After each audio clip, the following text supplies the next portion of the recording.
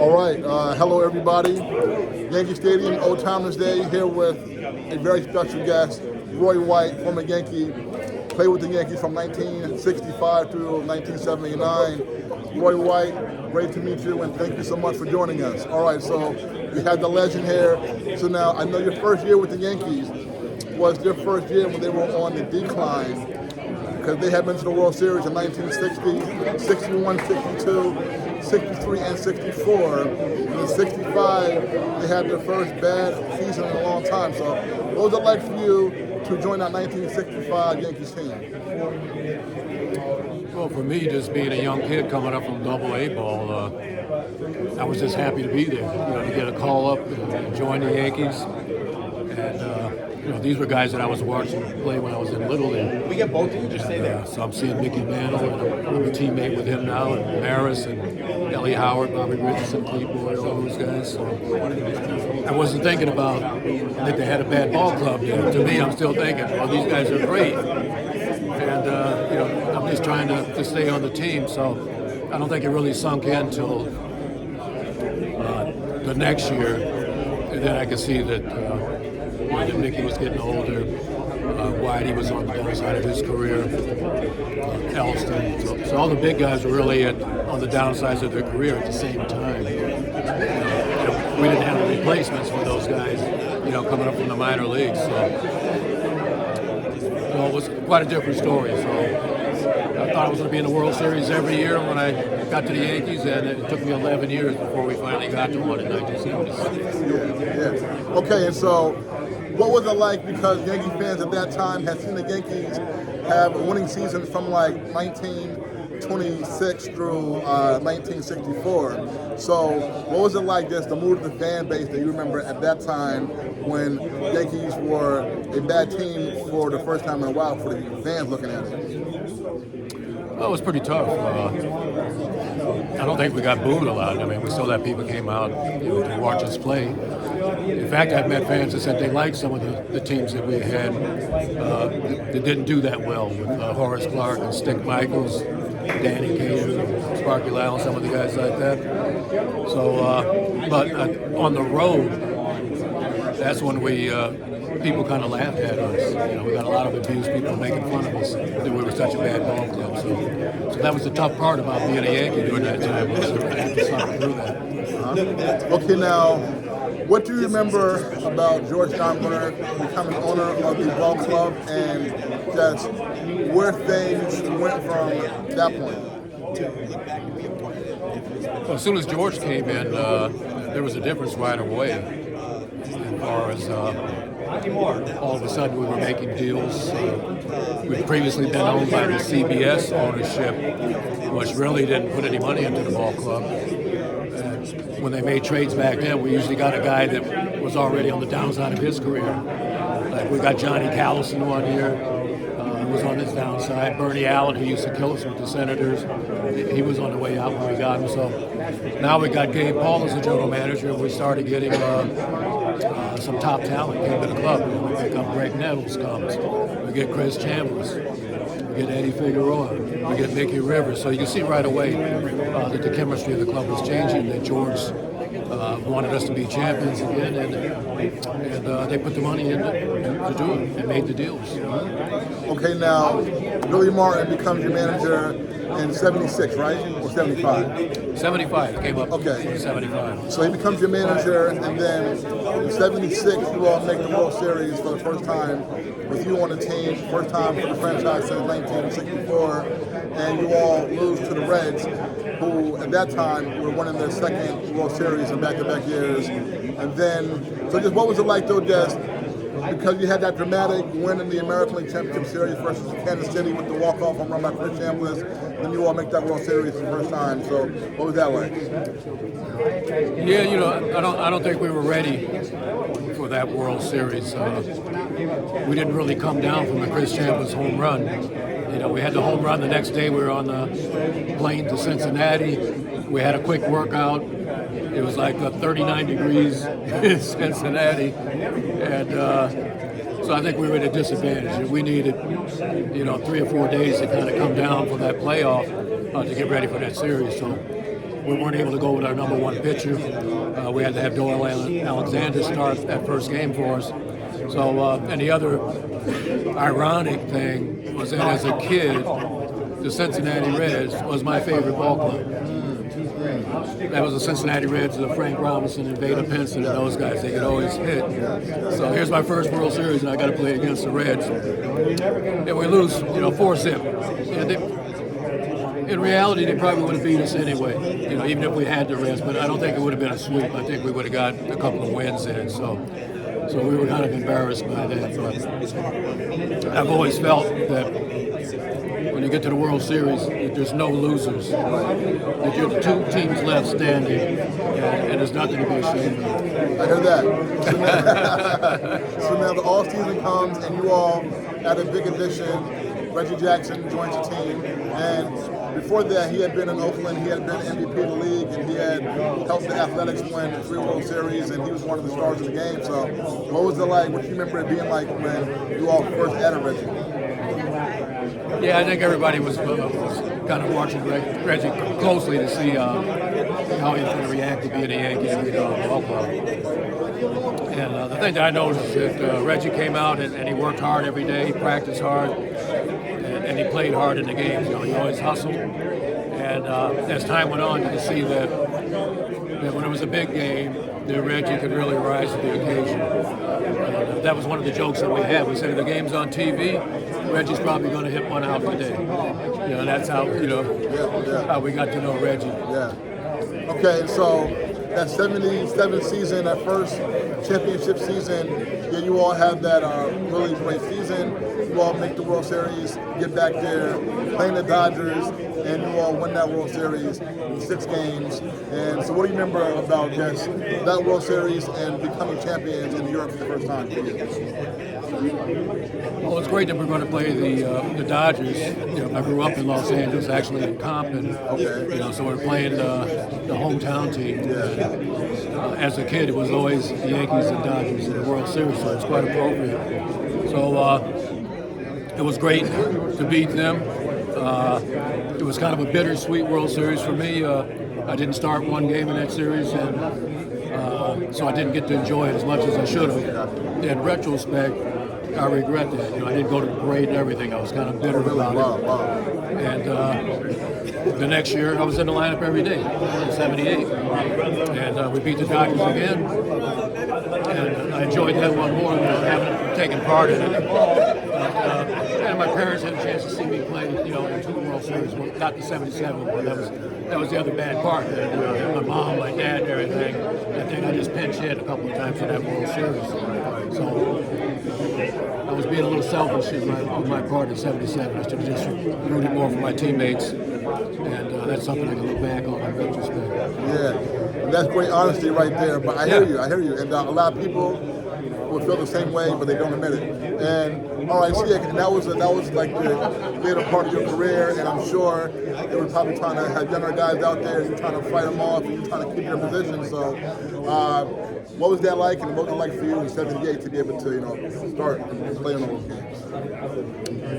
Yeah, it was the first half of that season. I was kind of in and out of the lineup. Billy was platooning guys and doing stuff like that, which I wasn't happy about, because I wasn't getting a lot of playing time. And then when he resigned after the big blow-up with Steinbrenner in Kansas City, Bob Lemon took over, and all of a sudden I was back in the lineup on an everyday basis. And I think I had end of the season with a 15-game hitting streak, hitting every game in the playoffs and every game in the World Series.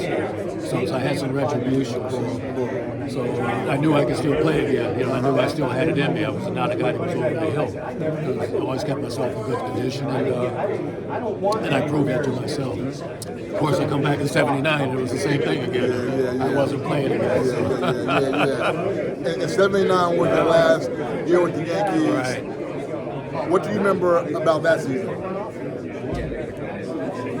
Hey, I don't want to remember that season when it came down to it. I think I only had 290 at bats or something like that.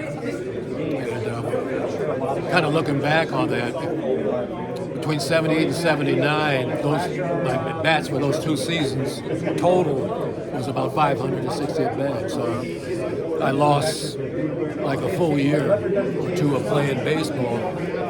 And looking back on my career, I ended up with 1,870 hits. Now, if I had that back, I would have got 2,000 hits, which would have been a pretty nice number, to have in your career, especially as a New York Yankee. Yeah. Right. I wanted to ask you. So you said you grew up in Compton, California, and so the Dodgers came to LA in 1957. So what was that like? You talk about Jackie Robinson. So what do you remember about Jackie Robinson? I know he never played for the LA Dodgers because last year was the last year they were in Brooklyn and he stopped playing for the Dodgers. But just what do you remember just about the kid growing up and seeing Jackie playing in Brooklyn for the Dodgers and then seeing the LA Dodgers come to LA? Well, me and my friends in the neighborhood, we were all happy to have the Dodgers come. There was about 9 or 10 of us on our 2 blocks where I lived at in Compton, and we played baseball like every day, between us. And we knew about the Dodgers. We watched them in the World Series. We knew about Jackie, and we imitated all those guys when we played our games. Because one day we would be the Dodgers, and I could be Jackie Robinson, I could be Duke Snyder. That's when I started hitting left-handed, imitating different guys, and eventually became a switch hitter. So that was great that the Dodgers came in. We had a chance to go to the Coliseum and watch them play a few games. And I remember seeing Tommy Davis and Duke Snyder and Frank Howard. It was a great thrill for us to have Major League Baseball, and we were all inspired by that in our neighborhood in Compton. You know what I want to ask you? I got like 3 more for you. What do you think, because now there's not a lot of Afro-American players in the game anymore playing, and when you were coming up, I'm sure baseball was like very, very popular in your community amongst your peers. Just what do you attribute as the lack of Afro-American players now in the game and just seeming like lack of interest in the black community toward baseball? Well, there's no doubt that baseball was king when I came up.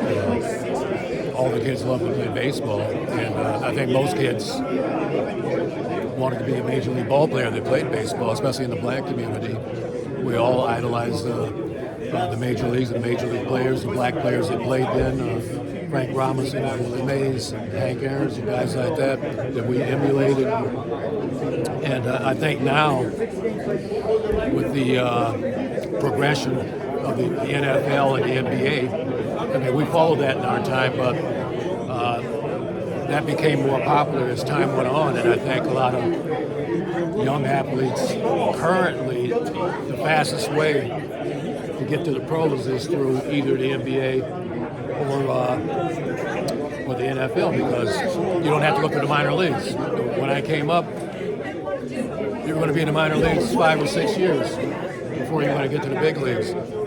Now a guy, a black player, go to college, come out, go right to the pros. Same thing in basketball. So I think you see a lot of the black players have went to the NFL, went to the NBA. And the Latino players are still into baseball. Because the NFL and the NBA aren't in Puerto Rico and Venezuela, even though they like basketball. But, haven't become popular over there. Baseball is still king in the Caribbean. So I think that's what's really happening. Yeah. Roy, if you're all set, we're going to the clubhouse now. Okay. Get ready. Are you good? You finished with your Yeah, go through that door, Roy, and then the first door on the left. Okay. Got it. The last one. Yeah, we're good. How did you end up signing with the Yankees? Well, this is a great story, and it's in my book. Okay. Roy White from Compton to the Bronx. It's been out since April. And I had no idea that the Yankees had any interest in me whatsoever. I'd never seen a Yankee scout in a game, and I knew there was 4 or 5 teams that did have interest in me. And a couple of my good friends that I played in high school with and in American Legion signed contracts. Our shortstop from Centennial High got $50,000 from the Detroit Tigers. Our crosstown rival, Compton High School, had a guy named Ronnie Woods who got $20,000 from the Pirates. And I said, well, I'm as good as those guys, and I'm probably going to get at least 15 or 20 when my turn came. So after I graduated, I'm waiting for somebody to knock on the door, and I'm still playing summer league, and nobody was coming around, So all of a sudden, one day in the morning, around 10:30, somebody knocked on the door, opened the door, and this guy at the front door, he says, "My name is Tufi Hashem. I'm a scout from the New York Yankees, and we want to sign you to a professional contract." So I was in shock. I'd never seen the guy. The guy said he's been watching me my whole high school career. But I guess he was hiding in plain sight because I never saw him. And he says, "We're going to give you $4,000 to sign with the Yankees." So I was disappointed to hear that number. I was looking for something larger. But so I'm with a single mom, and she didn't know much about baseball, so I couldn't really talk to her about it. So I talked with my American Legion coach, my Connie Mack League coach, and they said, "Well, Roy, you've always wanted to be a Major League ball player, and here's an opportunity. But you should go ahead and play it. You should take it." And besides, I didn't have any other offers at that time. And that's when I started thinking about the Yankees and the history of the World Series. So I signed that contract with the New York Yankees. Now, there's a final part to that story. I later find out, after I get to the big leagues, in 1965 call up, and I became a regular in 68. I think I was at a dinner in 69 or 70. And this is in the offseason. I'm sitting next to the director of the minor leagues, Johnny Johnson. And he says, "Roy, do you know how we signed you?" And I said, "Yeah, well, I got a contract, and we signed it, He says, "Well, it wasn't like that." He says, "One day we got the mail, and we had 5 signed contracts from California, and we didn't know who any of you were. Tufi Hashem signed 5 guys and resigned, and didn't ask the Yankees. That's why I only got $4,000, because if he would have gave me more money, they probably would have went after him, to sue him and try to get the money. For $4,000, I guess they left him alone." Wow. So if it wasn't for him, I would have never been a New York Yankee. That's wow. Wow, incredible story. Everyone, the great, legendary Roy White, Yankee outfielder. And Roy White, thank you so much, all right? Appreciate it. Thanks for having me on. Oh, definitely. Okay. All right, folks, we're back.